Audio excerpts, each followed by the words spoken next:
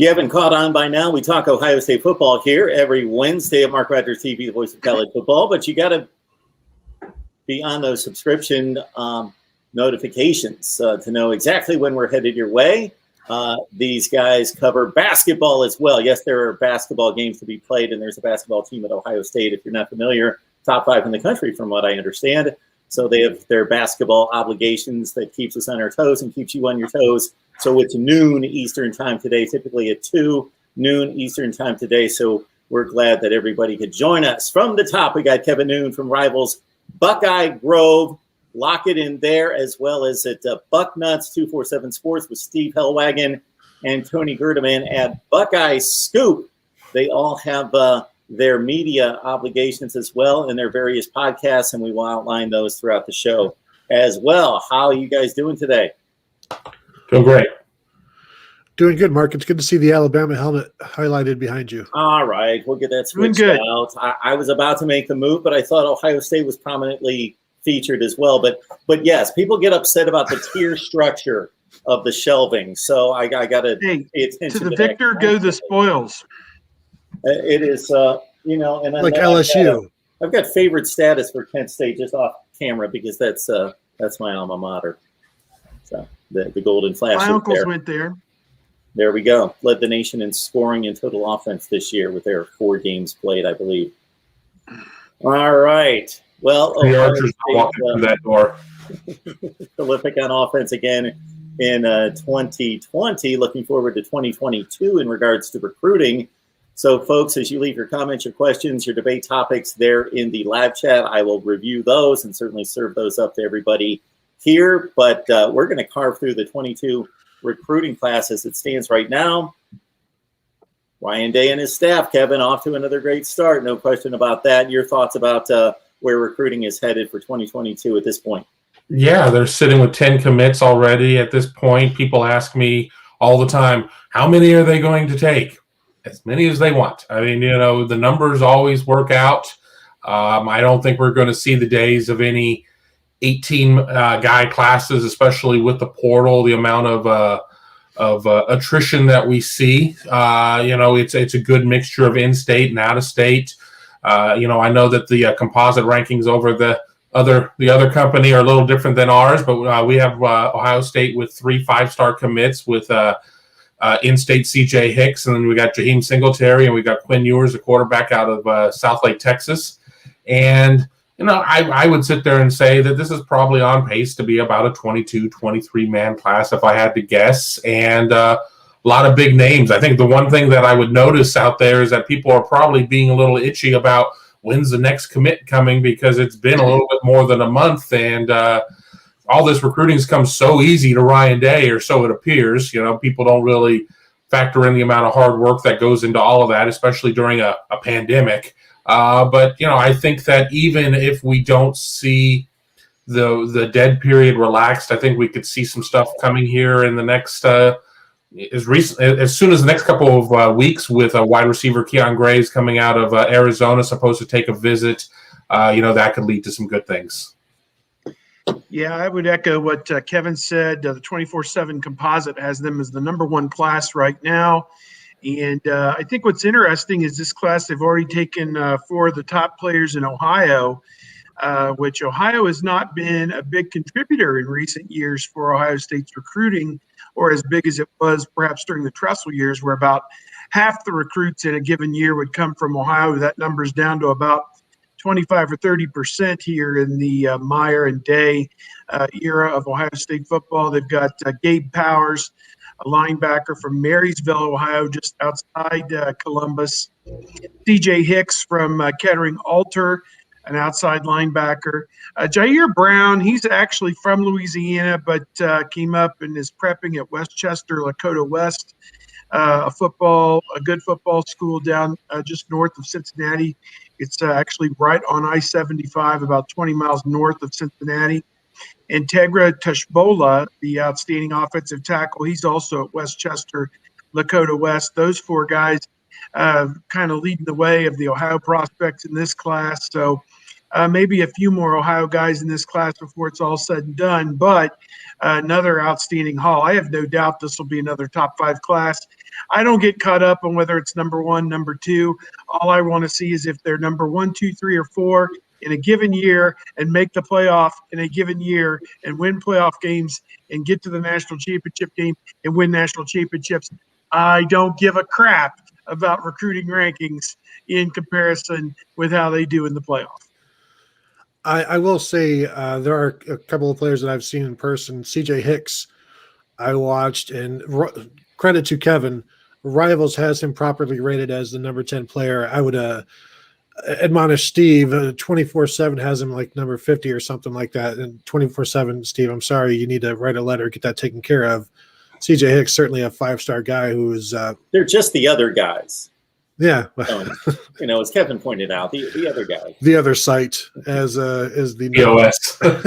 That's right, the other site for everybody. But yeah, CJ Hicks, I got to watch him play once this year, and he's like 6'4", 215, but is a missile. And they used him properly. They sent him. They blitz him a lot, and there's really nothing you can do about it. Remind me of watching like Ryan Shazier back in the day, where you just go get the quarterback, and then he'd go get the football. I also saw Gabe Powers, who is similarly sized man up at defensive end, but they were used totally differently. Like Gabe Powers was used just to drop back in coverage to defend against a very good tight end who ended up going to Wisconsin. But I think you get Quinn Ewers in this class, and Texas has moved on to another quarterback, so there's almost no fear of losing Quinn Ewers at this point to Texas. And so you've got a leader of the class, and you still need more offensive linemen. You need more tackles. I don't know if Chipola is going to end up as a tackle. He'll probably move inside to guard. We'll see. But then, who can they add at cornerback with Singletary and Jair Brown? I know Brown didn't impress in the last year, but has shown up in some 7-on-7s and looked good per our reports. And so can he stay in the class? Will he want to stay in the class? If they can continue to get, there's like 2 or 3 other 5-star corners that they're out there trying to get. And, Kerry Combs isn't going to quit. So we'll see where that ends up. Dasan McCullough, the kid out of Kansas, go watch his highlight. He did something that I've never seen before. He starts out as maybe a defensive end or as a linebacker, and then blitzes and rushes the passer. The quarterback rolls away from him, so he just peels back and goes into the secondary and intercepts a pass on the opposite sideline. And he's like a 6'5", 220-pound crazy athlete. Just go check that out. Just another example of what they're getting in 2022. I've said it before, where they're just trying to recruit a whole bunch of Isaiah Simmonses, and they've got 2 or 3 in this class already. Yeah, just to pick up on the corner talk, a couple names that Ohio State's associated with. Denver Harris out of Houston, Texas. May be hard to get him out of there, but then again, so was Quinn Ewers, so was Baron Browning, so were a lot of other guys. So, never really sell there. But then there's Will Johnson, the cornerback out of Grosse Pointe, Michigan. Father played at Michigan, so obviously a Michigan legacy. Ohio State near the top for him, if not the top school. I think that he's somebody that's very important to keep an eye on the board. But there certainly are going to be some corner targets out there, and they're not going to give up on Damani Jackson, the number 1 rated in the Rivals rankings corner out of Mater Dei High School in Santa Ana, California. He's committed to USC. Yeah, USC is just one bad luck run away from a coaching change over there. So you just never know. I never really, there are a couple of schools that I never really lock guys down in once they commit. USC and Kentucky are 2 off of the top of my head for different reasons. I think a lot of kids commit to Kentucky just to lock a spot in. I think a lot of kids commit to USC thinking that, okay, this is going to be the year they turn it around, and then lo and behold, kind of another middling season, and they sit there and have to wait until the last second to see if their coach is going to survive. It's a great way to live. It's like paycheck to paycheck at USC. Talking 2022 with Tony Gerdeman, Buckeye Scoop. Got Kevin Noon, of course, from Rivals Buckeye Grove, and Steve Hellwagon, 247 Sports Bucknuts. We'll get to your comments and questions there in the live chat, including from Vinay. Thank you so much for the Super Chat contribution, Vinay. Vinay with his pulse on Ohio State recruiting, of course, giving us a quick update on Dallas Hayden. So according to Vinay, spoke to Dallas Hayden yesterday in the DMs, talking about Ohio State being his top choice at this point, and Vinay asking all of us any chance Ohio State takes a pair of running backs again in 2022. I'll jump in. I was waiting to see if anybody's going to beat me to the punch. I think you always have to look and see if they're going to be two that are going to fit. And I know they took a pair with Trevion Henderson and Evan Pryor, but you have to keep your options open here in the days of the transfer portal. And I don't think that you can just get yourself bound up into one guy, especially when none of the running backs that they're looking at are from the state of Ohio right now, currently, in terms of where their offers are. The closest being Nicholas Singleton out of Pennsylvania. I certainly think that they could look at taking two, but you need to find the right two that are willing to come into a situation where there were two coming in the class before them and that they're going to be a complementary piece with somebody else in that class. So, there certainly are going to be the names out there. Damari Alston out of College Park, Georgia. You've got Nicholas Singleton, obviously Down Hayden. Another guy out of Texas, Emeka Megwa, is somebody that I like a lot too. He might not get out of that region though. But I think you could see them pursuing two at that point. But with that being said, if their top guy says I'm coming and I'm a little concerned about the depth chart or whatever, I think you could see them maybe cool off a little bit and just kind of see what's going on there, because these kids are getting more and more savvy. They're aware of depth charts. They're aware of who's in their recruiting classes. It's a very different day than when I was a student at Ohio State and I pick up the USA Today the day after signing day to read who was coming in the next season. It was just a bunch of names with heights and weights, and I didn't know anything about them. Those days seem like ancient history. Yeah, kids don't come in anymore, and their first day on campus, they look around and see who else got signed, and they're aware of everything, and you can't really hoodwink anybody unless you do it. You get them signed in December and then go get somebody in February. And so that is a possibility, but it also comes down to the players. And Trevion Henderson and Evan Pryor wanted to be together, wanted to be part of a two-back set. And Kevin talks about them being more savvy now. They're also savvy about what it means to share the load. And I was speaking with Trevion Henderson's high school coach last week, and so that was one of the things that Henderson researched. And running backs only have so many miles to give to football, and so sharing carries in college is fine. That's what they want. Now, is that Dallin Hayden? Is that Alston? Is it Singleton? It depends, because like anymore, 25 carries, we've talked about it forever, but that's always this magic number, but it's rarely hit, and it takes a rare guy to do that. And J.K. Dobbins was able to do it. Not everybody can, and you don't need to. If you got more guys, keep more guys happy. The transfer portal now is a situation where you're almost forced to play guys. But as Tony Alford said a couple of years ago, it's not his job to make his running backs happy. It's his running back's job to make him happy. And so, I wouldn't be surprised if they take two, but they have to be willing to sign with another running back in the class. Yeah, I think that some of it may be dependent on what happens this spring. If there's a position change for one of these running backs to go to another position, or if somebody decides to transfer out after spring football or before the fall camp begins, enters the portal, that opens up a scholarship spot for maybe a second running back signee in this class. But they're young and they're deep. They've got 5 guys who are going to be sophomores or freshmen this coming year, and then Teague's going to be essentially a junior, although I guess you could count him as a sophomore because he was a sophomore this past year. So I don't know how the accounting is all going to go, but 5 guys for one spot seems like an awful lot. So maybe they'll definitely take at least one, you would think, and possibly a second. I know Hayden's got some great offers, Ohio State, Notre Dame, Tennessee, all involved with him. Oregon, I think, was in there as well. I'm interested to see, what kind of a year he has coming up. Does his stock kind of go up a little bit this summer if he's at camps or however it goes? But, again, it's all what Tony Alford and Ryan Day are looking for in a running back, Kevin Wilson as well. And some of these guys, a lot of these guys seem to fit the same mold. Mayan Williams is a little bit of a different kind of mold, more of a power back and a guy that can kind of push the pile forward. I'm not sure some of these guys fit that same kind of category, but will be interesting to see, what the coaches are looking for. Appreciate the super chat, Vinay. Want to remind everybody who watches us each and every week, or if you're just coming across our show, we get together every Wednesday to talk Ohio State football with three of the best. So our show here will continue based on your individual contributions, also based on sponsorships that we're pursuing. But at the same time, that if you have any leads in that direction, hit me up at MarkRogersTV@gmail.com. This Quinn Ewers.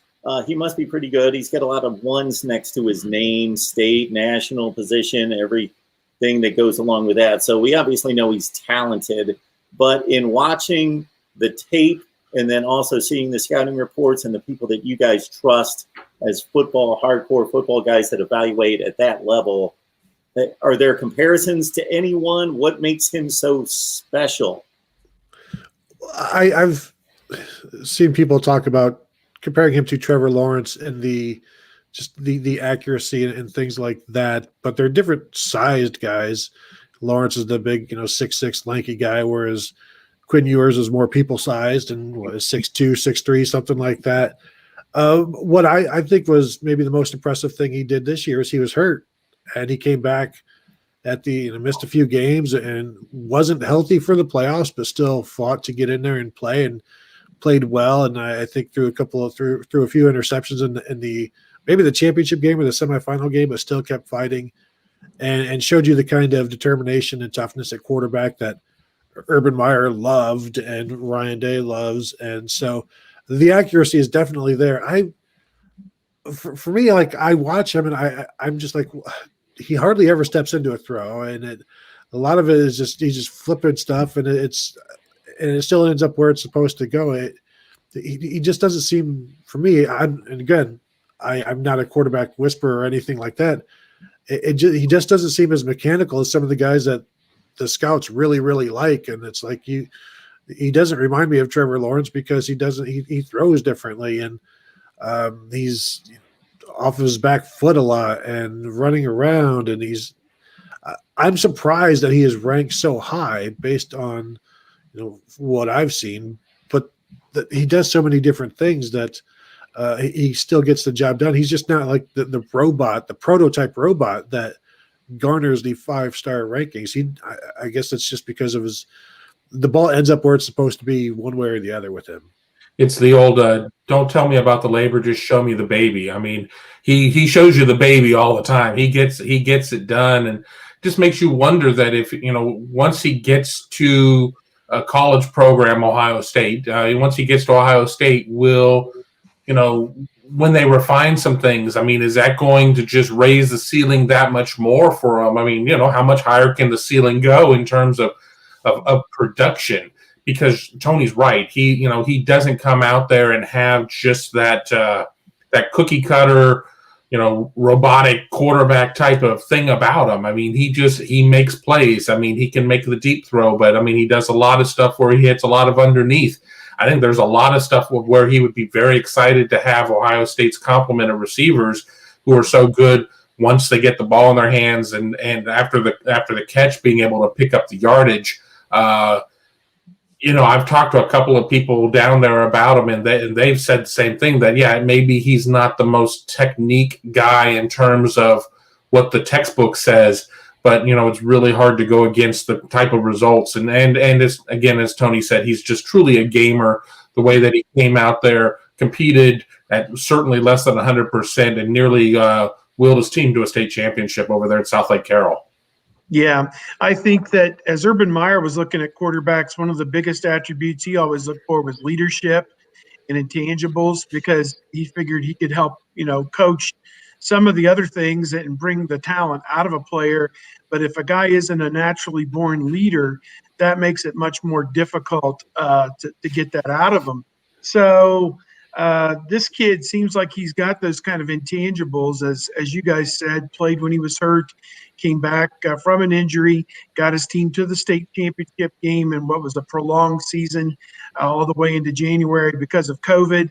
And, again, good size, 6'3". He'll probably be in that 6'4", 215 range by the time he gets to college, you would think, if he continues to fill out a little bit. Very easy delivery, like Tony said. He at times he varies the arm angle and he just makes plays. He gets the ball out there. He improvises. He has some imagination about him, which I think is important. And yet, you don't want to have that lead you down the primrose path to making bad plays and interceptions. So I think he's got a lot of material and a lot of things to him, a lot of skills that the Ohio State coaches, Ryan Day, Corey Dennis, Kevin Wilson, will be eager to get their hands on him and throw him into that blender. I mean, he's coming in, theoretically, if nothing changes, there'll be 3 upperclassmen in front of him, although you have to wonder by the fall of 2022, would one of those guys have already exited stage left for greener pastures via the transfer portal to go play somewhere else. But at any rate, competition is going to be stiff to play quarterback at Ohio State, and that's how you want it to be. I mean, Ryan Day, this is the best of the best at Ohio State. So I think that is something that Ewers has signed up for, and he's coming all the way up from Texas, and we'll see how he does when he gets to Ohio State. But that's a long way off in the future. He wouldn't arrive at Ohio State till June of 2022, which is still 15 months off into the future. Rather, I guess he would come in January if he enrolled early, which is still 10 months away. Just to get everybody set and what they can expect over the next several weeks as we head towards spring practice at Ohio State is we're going to continue to review the 22 class as that continues to unfold. Look back at the 21 class with most of those players on campus for spring, 21 signed. Of course, the by far number 1 class in the Big Ten, number 2 in the country to Alabama, and look at that class and pick off a couple individuals each and every week to highlight, and then get you set with positional previews as we head toward the spring as well.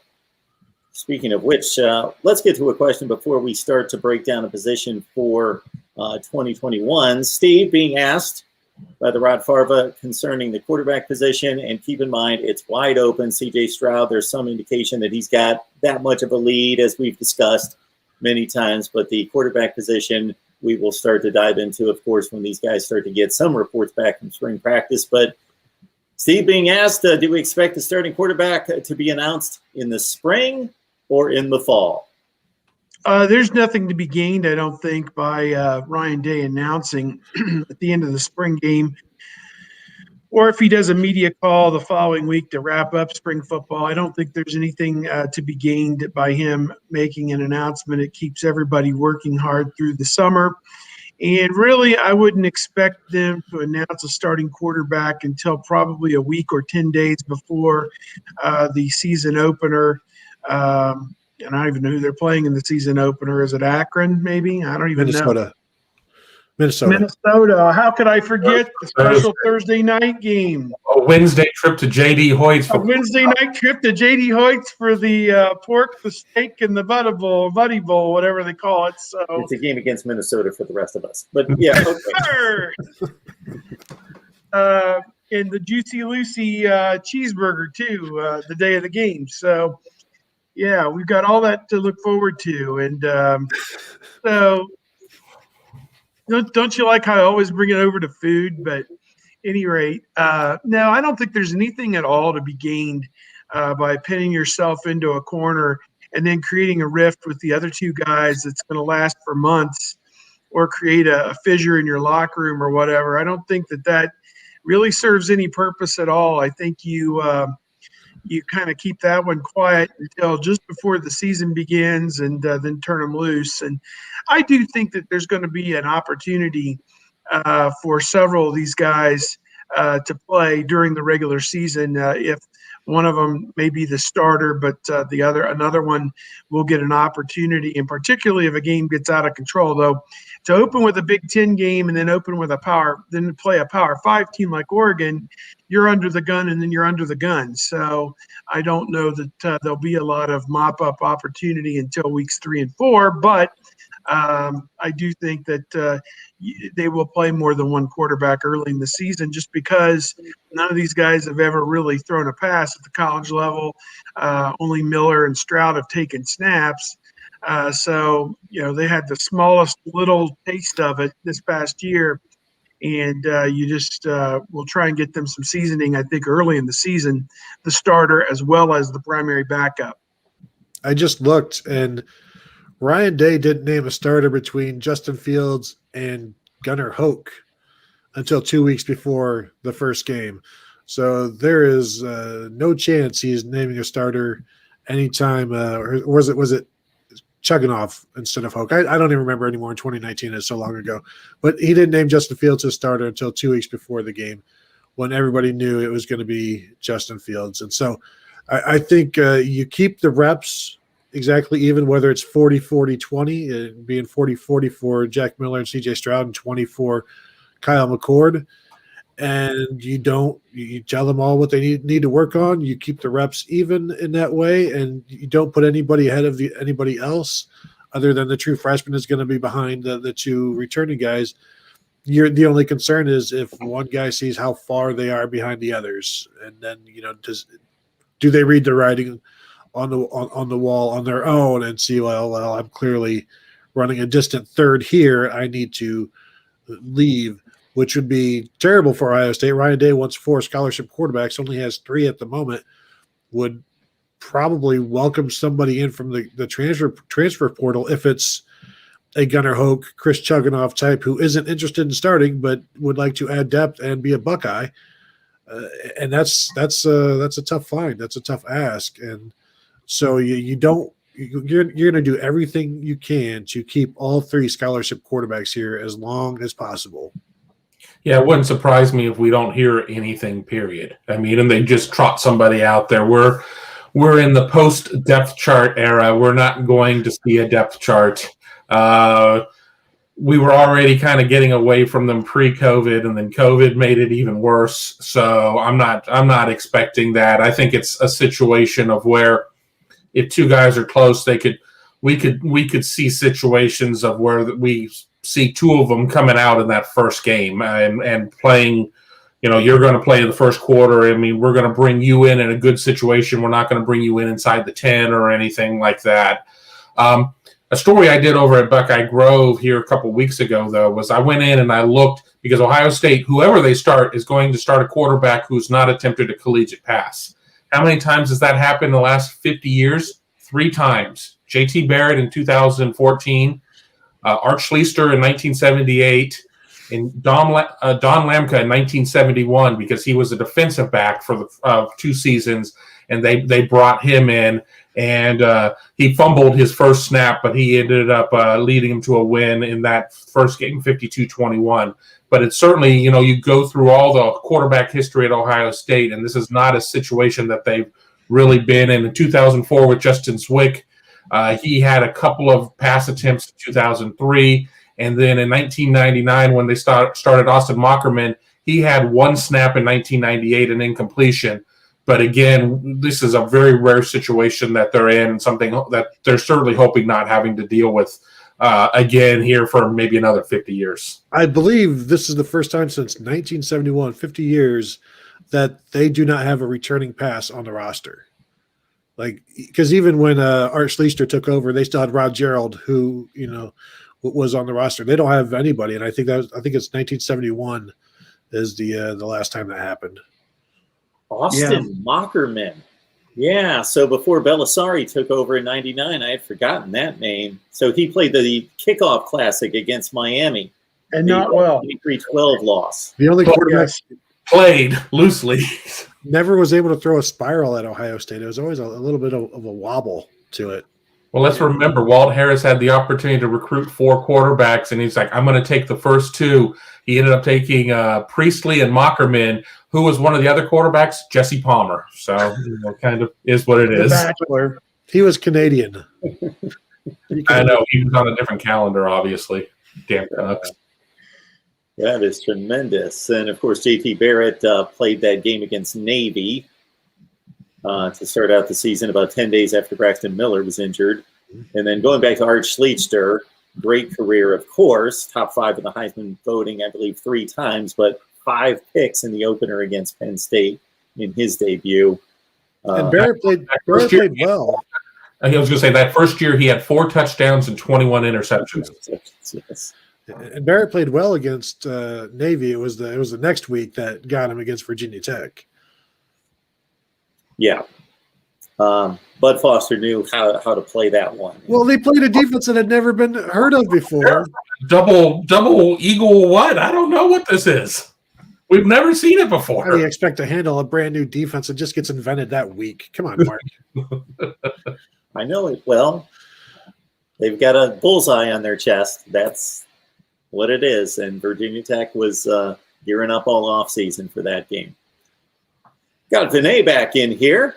Vinay, before we get to that, because that ushers us right into a spring position preview, I want to give everyone a chance to highlight their work and let everyone know where they can be found, not just in terms of their writing, but they also have their podcasting and other media outlets where you can find them. So, Kevin, we'll start with you. Yeah, I mean, you can find me on social at Kevin_Noon, and we also do the Buckeye Grove Instant Access podcast, or otherwise known as the BIA podcast, and that's on all of your normal podcasting outlets, SoundCloud, iTunes, YouTube, Stitcher. I don't know. There's so many new ones, I never can keep track of them. And I'm getting ready next week to roll out some deep dive on the upcoming NFL draft. I'm looking back through Ohio State's draft history.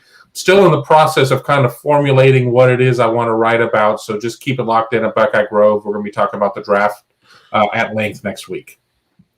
Steve, every time I turn around, some big-time outlet is reeling you in for some kind of interview. So what do you got going recently? Yeah, I do a few radio gigs, and one of my favorite ones is probably WHBC out of Canton. My friend Kenny Rhoda up there. I've been on with him at different stations for almost 20 years. Mark Munch Bishop, people remember him, used to be a fixture on WTVN radio.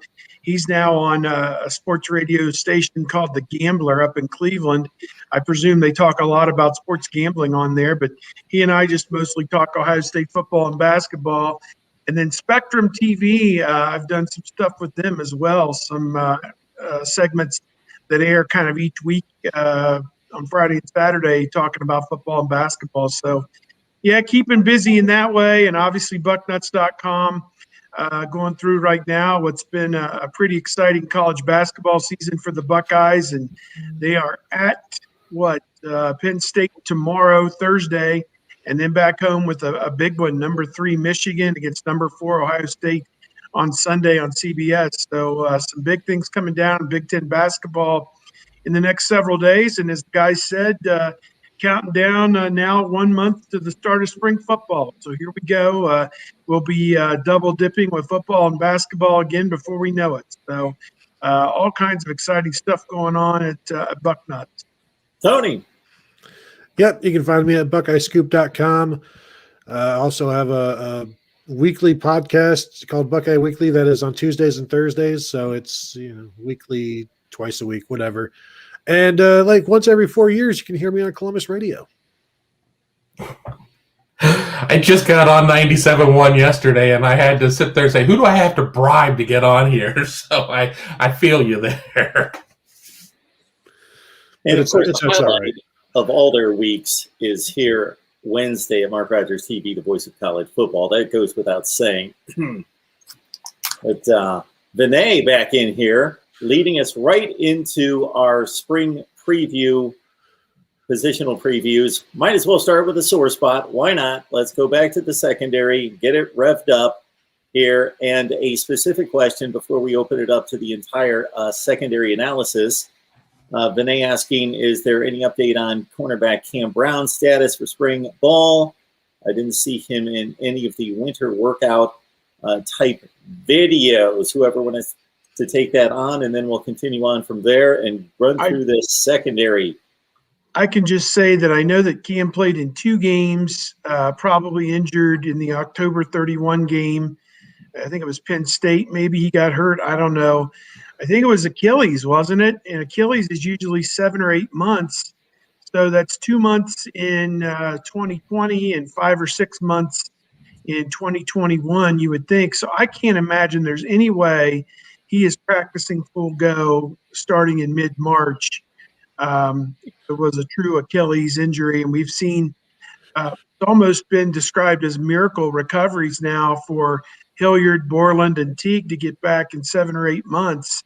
Again, we don't know the extent of it. Is it the same injury those guys had? I don't know. But, just seems unlikely. And really, there's no point to go out in the spring and risk aggravating an injury if it's not 100%. I know you want development, you want improvement in the secondary, but he's also got to be healthy to play in the fall, and that's the ultimate aim. So my guess is no, you will not see him in pads out there screwing around in the spring. He'll be over getting treatment and finishing off his rehab, I would think, on the sideline during the month of April, and would be back out there probably for the summer program in June, July, August, out there running around, and then probably even taking it easy first part of preseason camp until they know he is good to go on contact. So I think that's a one you bring back very slowly with the hope that maybe by the second, third week of the season, he's ready to fully be a contributor again in the secondary. And he's a guy, if he's healthy, he was seemingly as good as anybody else they had. So, John Wade notwithstanding, I guess. But Brown's a guy I think they're counting on to get him back in 2021. Yeah, he's there. He would be their number 2 corner right now if he wasn't hurt. Maybe number 1, him and Sevyn Banks. And so you wonder how well he can recover from that, because you're better the year after you return than the year you return, and so he doesn't have a lot of time to waste, and you wonder, can he be that number 2 corner? And we won't know until he's practicing in August, basically. And how is that going to go? But I guess the good thing is you get a bunch of younger guys, more reps in the spring, but these are reps that Cameron Brown could also have used. And so, you'll get to see Ryan Watts and Legend Cavazos and, Cameron Martinez and Denzel Burke get some reps instead of Cameron Brown. But he's also a guy who played – I'm getting choked up about this. He played inside last year, but do they want him outside this year? And then, he was able to play outside in 2019 as a backup.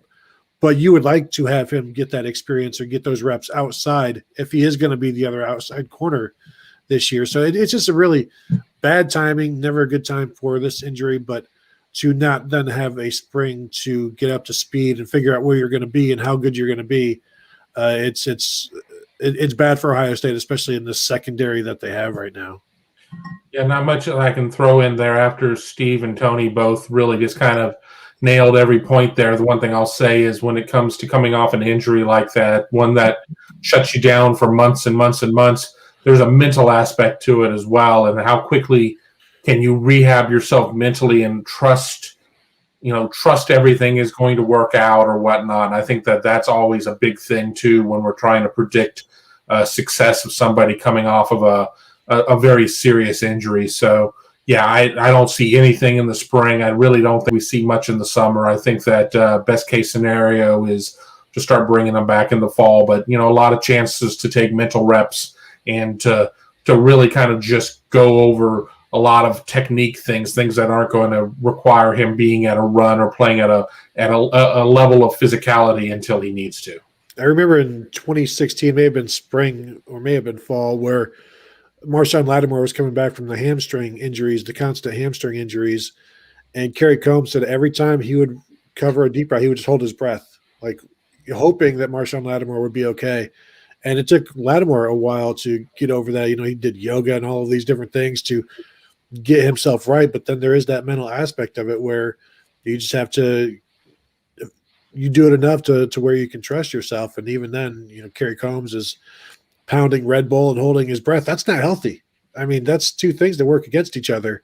But we saw how it worked out for Marshawn Lattimore, and he was outstanding that year, one of the best corners to ever play. And maybe I'm not saying that's going to happen with Cameron Brown, but he was one of the fastest guys on the team last year. So can he get back to that? How much is he affected by losing some of that speed, and how long does it take to get it back? Those are all questions that will surround him until he proves himself.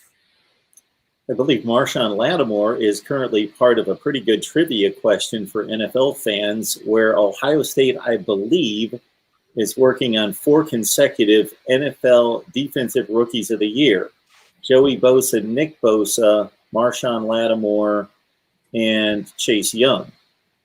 It's 4 or 5 years, right? It was 4 or 5 years. There was They missed a year with Joey Bosa being a year prior. Yeah. 4 out of 5. Some Buckeye got screwed that year. I'm sure. It should have been somebody. Kendall Sheffield or something. Where is Kendall Sheffield?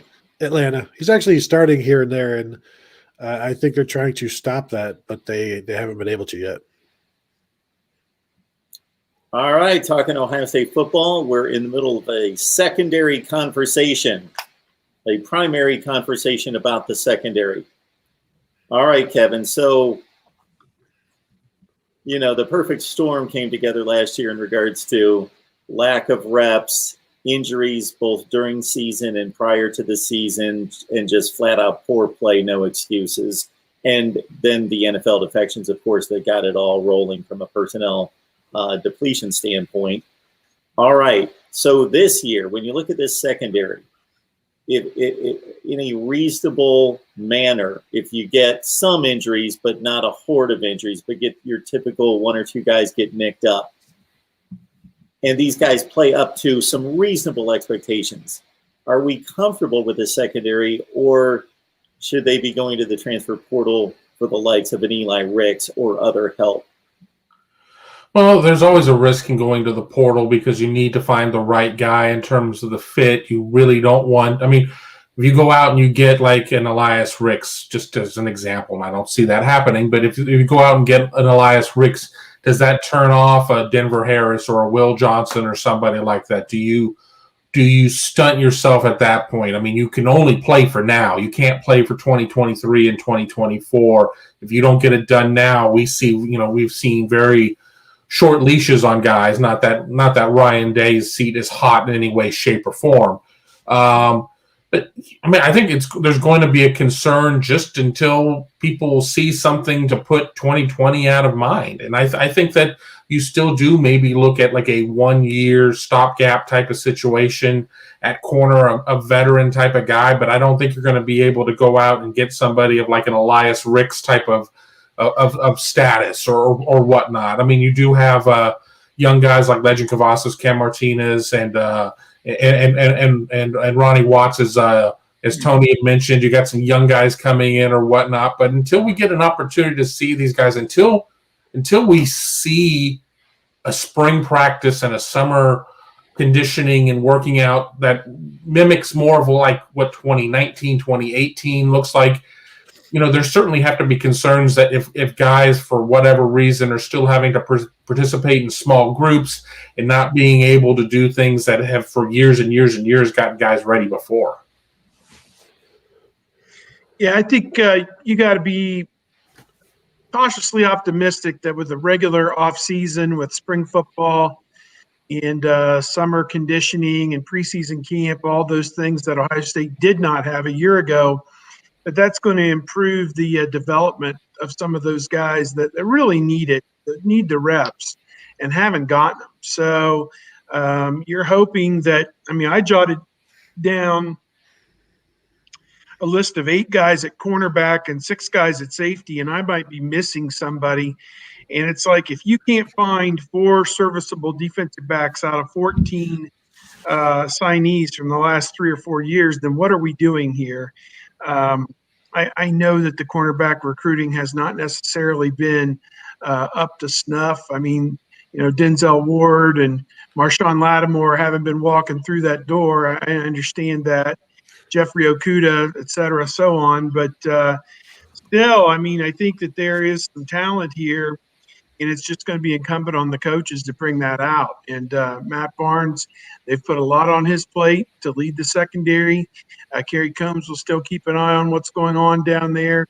So I think that, the coaches that they have, I mean, it's their job to get it out of these guys. And so, big year for the defense to prove some things, big year for the secondary to prove some things and get back on top of being a better pass defense secondary than what we saw in 2020. I mean, the squeaky wheel gets the grease, and this seems to be the area of emphasis for Ohio State going into 2021. And I'm here for it. Let's show me.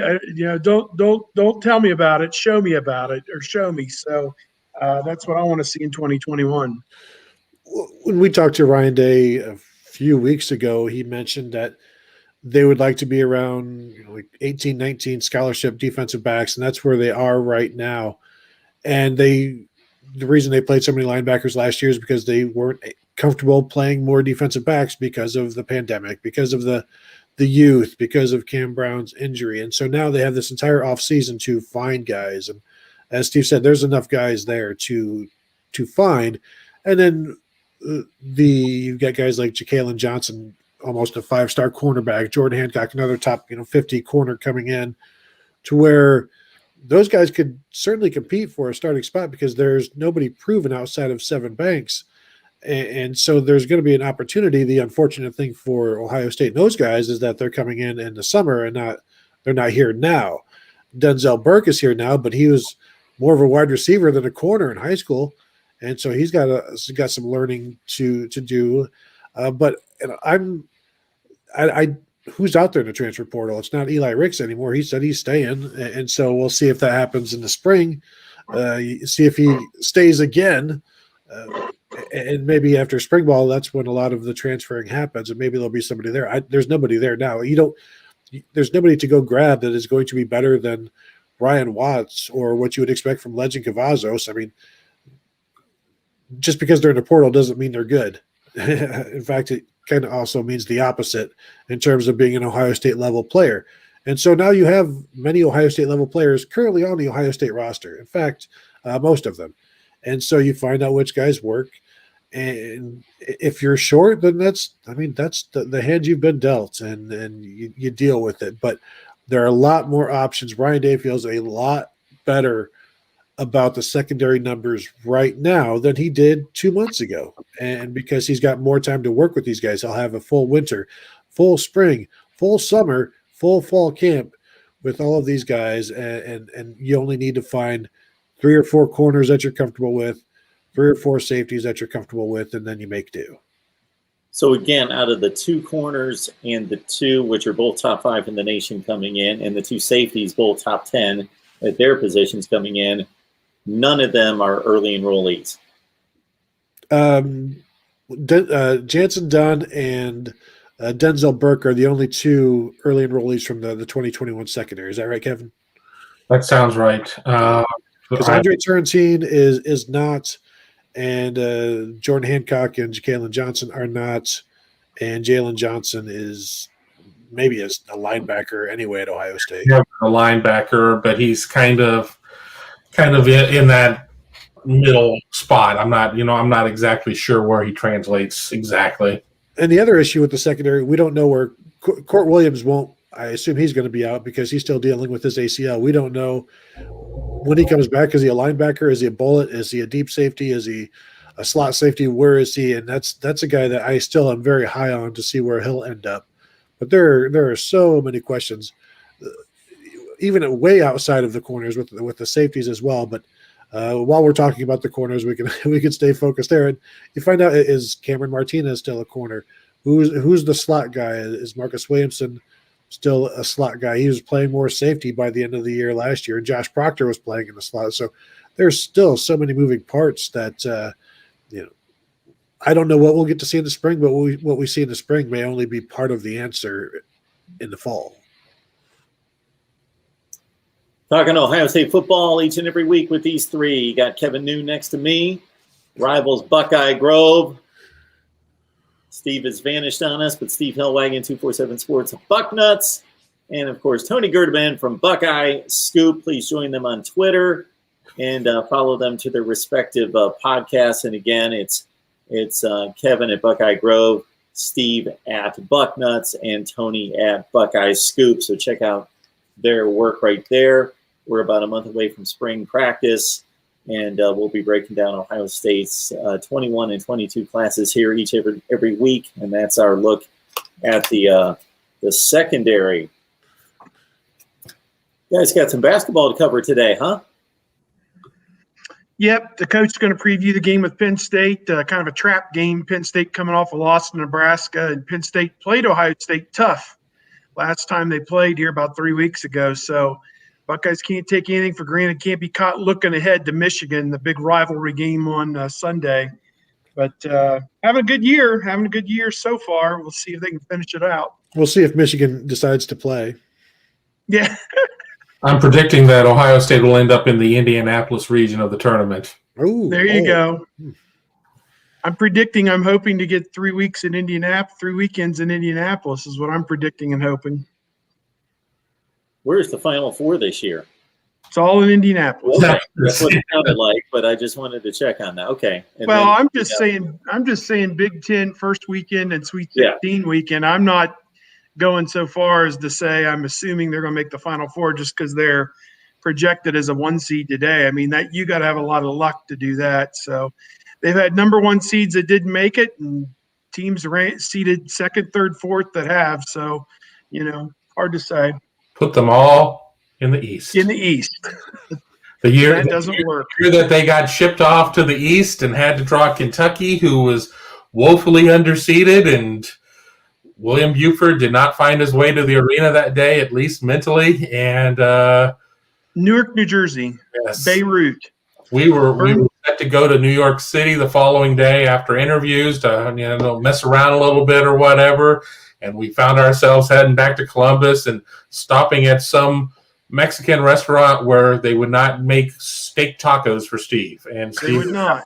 They would not do it. Had to get the fajitas. The highlight of the trip was obviously the first time I've spent much time in Newark, New Jersey. And Mark, you now being a transplanted East Coaster, not sure how much you've spent time, if there were any broadcast facilities at Secaucus. I know that they had some of that going on for a while. But Newark, New Jersey, it is the absolute armpit of the world, and burned out buildings. And, just why they ever put an NCAA event there is beyond me. The mob. The mob paid for it. I enjoyed going across the street from the arena and getting a hamburger, a beer, and a side, and I think it was about $56. I mean, the Red Brick Tavern right there next to the building. Yeah, I've heard stories about the razor wire around like the parking lots and stuff like that. Sounds fantastic. Fantastic. Yeah, it's somewhere you don't really want to go. One of the guys from the Cleveland Plain Dealer said his friend from the New York Daily News parked his car in the garage 3 blocks away, and he got out and he pulled out his wallet and goes, "Here, take it," just to stop the beating. One last story from that trip that I'm sure only the 4 of us will laugh at or whatever. It took us an hour from the time we saw our hotel to get to our hotel because we stayed out at the Newark airport, and every off-ramp has 3 or 4 offshoots off of it, and we could not figure out, nor could Waze, how to get to our hotel. We end up getting to our hotel. Our hotel rooms have ESPN2, but not ESPN1 on it. You couldn't watch the NIT games. So we had to go to the hotel bar, which was in the hotel, which, of course, got regular ESPN. So we ended up getting upcharged a lot there, too, drinking beers there instead of providing our own and watching it up in our rooms. Mark, I got a question for you as a ESPNer. Jay Billis, kind of an acquired taste. I mean, he gets a little out there on the on the edge sometimes with his editorializing. But he used to do the NCAA for CBS, and then I think ESPN must have signed him to some kind of exclusive deal. And I feel like for him to be kind of the lead analyst of the sport for the entire season and then not heard from, in the tournament unless you flip over at 11 o'clock to see Sports Center, I think they'd get a lot of mileage if they farmed him out to CBS for the tournament. I say the same thing for Fox and Gus Johnson. If you just say at the beginning of the broadcast, our buddy here, Gus Johnson, on loan from Fox, where he belongs on March Madness. I just think it'd be a better tournament if we had two of the leading voices on college football or college basketball actually doing the games. And I fault ESPN and Fox for making those guys exclusive to not allow it. Years ago, those guys used to, not those particular guys, but broadcasting guys at that level seemed to be more exclusive. But here in the last 5 to 10 years, they seem to be trading talent all over the place to where it's not a major deal. Yeah. So you would think that, that they would want Jay Billis to connect to the other network that's showcasing the NCAA. Yeah, he used to be on CBS doing games, and he could still do the nightly hit on Sports Center after it's all done to talk about everything else that happened that day in the tournament. But to me, I think he's missing, and I think Gus Johnson for certain. I mean, if there was ever an event he was born to broadcast, he should be doing the national championship game in college basketball, in my opinion. But, here's Jim Nantz doesn't do a game the entire season. Now, obviously, COVID had something to do with it this year, but, he's off doing golf in the NFL and doesn't do any college basketball until probably the Big Ten tournament, might be his first assignment. I wonder if he's coming to Columbus. Well, I guess nobody comes to Columbus to do the games, but CBS has a big game this week. The only thing I'll say about that, Steve, is that ESPN obviously has built a giant, so they've done most of those things right, but they show some poor judgment from time to time as well. So that's happened. Yeah. I would just ask that they do not – they do show some poor judgment. You're right, Mark. Please do not loan out Bill Walton. Keep him – Keep him as far away from the NCAA. And he used to do a CBS NCAA tournament as well. But I agree. He used to do the NBA playoffs. Yeah, I couldn't stand him in the NBA because we always used to make fun of how this is unbelievable. Every mistake by an NBA player insulted him because he was so great, even though I never saw that from him because I grew up in the 80s when his feet were broken into 16 pieces and he was half the player he ever was. But he sure did like to tell everybody how terrible they were. And now when I watch a game, I would like to just watch the game and hear people talk about the game. I don't need anything from Bill Walton to tell me anything because it's an insult. Basically to the game that's going on. It's an insult to the players who are actually playing and the coaches who are dealing with all this. And he's talking about, who knows, what does velvet taste like? Stuff like that. That's what I always thought of Dick Vitale is that he always sticks to basketball, but it's always basketball that's going on somewhere else. Yes. It's always his top 10. Michael Krzyzewski.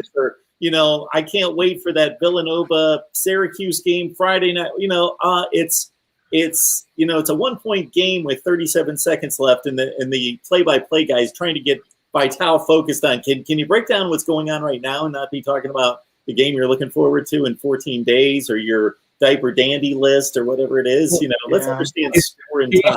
For the small schools as well too when it comes to Selection Sunday or whatever. Through the small schools. It breaks my heart to see Montrose University State Community College be left out over Syracuse. No, not Syracuse. He likes Syracuse.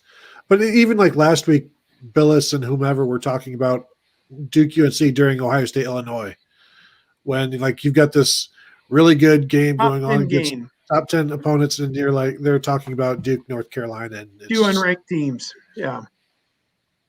Well, you can also talk about Duke, North Carolina if you're Dickie V. That's an everyday topic. Yeah. Duke. I have not watched a Dick Vitale game in so long I couldn't even tell you. Yeah, he doesn't do as many games anymore, obviously, and with COVID, whatever it is. But it's getting to be that time. It's February 17th, and everybody's getting tournament fever here in the next few weeks. And high school tournaments are started here in Ohio, and it's a fun time, and obviously for us, it's going to be busy again because we'll probably at least have some spring football interviews, and hopefully we'll be able to go to a practice or two in one way or another. I don't know how they'd finagle that, but yeah, they're big on their lockdown over there with the COVID, so and understandably so. So We did get to see a practice this fall in the shoe, though, a little bit one. So maybe let's hold out hope. maybe. They'll let us onto the spring. They'll let us watch the spring practice, but it'll be outside, and we'll be on one of the far fields, and they'll be off on way like 6 fields away, and we can watch that way. Yeah. Right. And the quarterbacks will be over at the Coffee Road fields, and that's work. Or we'll be at the Coffee Road fields, and they'll all be at the Woody, and we'll just be standing around, and somebody from Sports Information will be like, I don't know where they are. I'm just going to go up into the softball stadium and watch all of it. There you go. Steve's giving everyone license to shut me off for about a month. Duh. We'll have to give you guys about 15 or 20 minutes a week during the NCAA run to kick around some hoops. I'll even tune in at that point. There you go. All right. There'll be plenty of football. Don't worry, Mark. Yes. It's always first and foremost. I stopped watching basketball a few years ago, just for whatever reason. Yeah.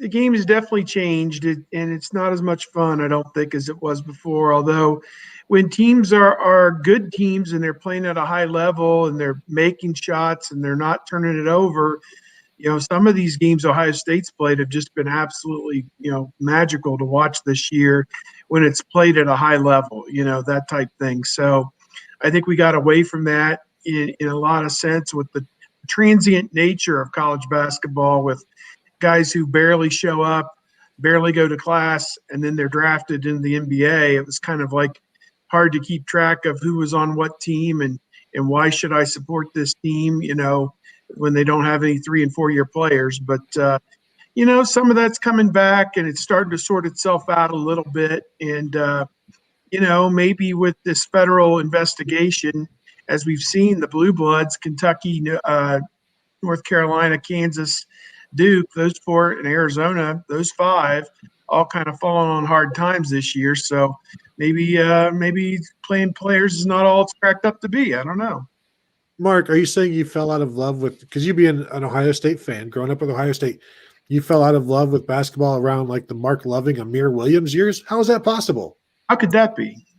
I only vaguely know those names. I do know those names. I wouldn't be able to recognize numbers or faces or anything. It was about 20. I remember that the big game against Kansas in the Final Four. I certainly was, I went from being college football. I wouldn't say I was a junkie. I was always a football, baseball guy first and foremost, and basketball third. But man, I was locked in. I watched every Ohio State basketball game from like Clark Kellogg to 10 years ago. Yeah, that's understandable. In that range. Then I started to tune out of the regular season, and I would just check in starting the Big Ten tournament that Wednesday or Thursday. I'd get into it, and I haven't even done that the last few years. When is the last time the Buckeyes made the tournament? I don't even know if I watched them the last time they were in the tournament. Well, 2 years ago. They've been in both years with Holtman. The first year, what was it, San Diego or South Dakota State? They lost to Gonzaga. Yeah. And then 2 years ago, they beat Iowa State in a thriller and lost to Houston. Houston. Yeah, down in Tulsa. It was Houston, yeah. Yeah, down in Tulsa. A sneaky good time in Tulsa. Yes, it was nice. It always goes back to the references to the restaurants and the watering holes for these. Yeah, because that's what you really remember. I mean, that 2014, they lost to Dayton out in Buffalo, but we still got to go to the home of the Buffalo Wing, which, Yeah. Yeah. So that made it all worthwhile. Somebody's telling us in the chat that Woody Hayes teamed up with Keith Jackson. Yes. In 1974, USC. It was almost the week after Ohio State. Yes. Michigan. It was Thanksgiving weekend, so he was done with the Michigan game was the week before. And he coupled that with a trip to see his friend, Richard Nixon, who had just resigned the presidency, and went out to California and visited with the Nixons at their home in Yorba Linda after doing the game with Keith Jackson. And obviously they were getting ready to play USC, I think, in the Rose Bowl. So, yeah, it was kind of a unique situation. ABC said, let's get Woody to do this game and whatever. And, yeah, very unique situation. I want to remind everyone that we were talking disputed national championships yesterday during our call-in show, and I said if you give me 100 likes on that video, and I've had several requests for going over seasons. Last off-season, we did 1983, 84, 90, and 2000. When the Buckeyes came up, it was 1973. It was 96. It was 05 if there was a college football playoff as being a possibility there. And so hit me up if you have any requests for national championship season reviews and what could have been and what should have been. All right. One last thing, Mark, Yeah. regarding Keith Jackson, Brent Musburger better than Keith Jackson. Really? Brent That's is just better. my- than Keith That's my Jackson? age range. That's my age range. Yeah, Oh, I got to see the downfall of Keith Jackson as well. So Keith kind of trailed off at the end. he trailed off. I love him. He's He's a great. lot of other guys. But for me, Brent Musburger, I mean, that's the end all be all. Him and Well, Brent was Brad great. Nestler's, Gary Danielson was great. Those two are great. I mean, even with Herb Street. But at the end of the line, to Steve's point, the end of the line for a lot of these guys like Vern Lundquist, Dick Enberg, who was phenomenal for his entire career, but the last couple of years were really rough. Yeah. I thought Keith Jackson landed pretty gracefully. Yeah, Keith actually had stopped doing Big Ten and Ohio State. He was mostly doing West Coast games. I think from 98 on, I don't think he came back to Columbus, but he did they put him on the Fiesta Bowl when they played Miami out there in Arizona. And I thought he did a pretty good job on that game. He was dragged down by the Soldiers' godfather there, Fouts. It was basically his godson getting dealt there from Miami, and Miami was getting screwed out of Fouts' mouth. So that didn't go over real well, I think, with the lion's share of the audience, which was pulling for Ohio State. But otherwise, that was a pretty good broadcast. Kurt, you're taking some knocks for the Keith Jackson comment. That's why I threw it in at the end. I knew we were ending the show. Doesn't matter. Say what you want. I don't care. I'm leaving. Looking live. Brent was good.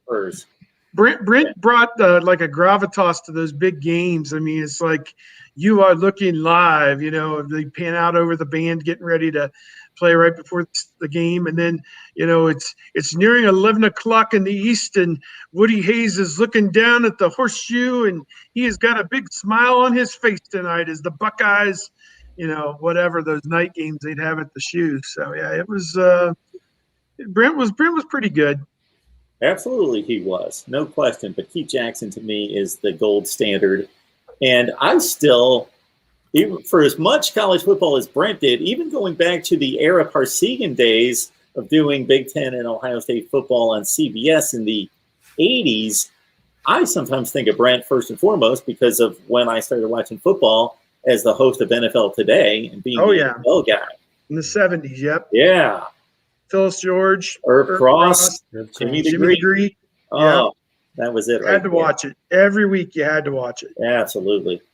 Must see. Just like our show here. Must see television. Kevin, Steve, and Tony make it that way. I'm just along for the ride. Hope everyone comes back next Wednesday. But again, subscribe, hit the bell for the notifications. That way you know when we're going live because we got schedules to coordinate for Ohio State Buckeyes Live every week. Guys, it's been a pleasure. Appreciate it. Have a great week. Yep. See you later.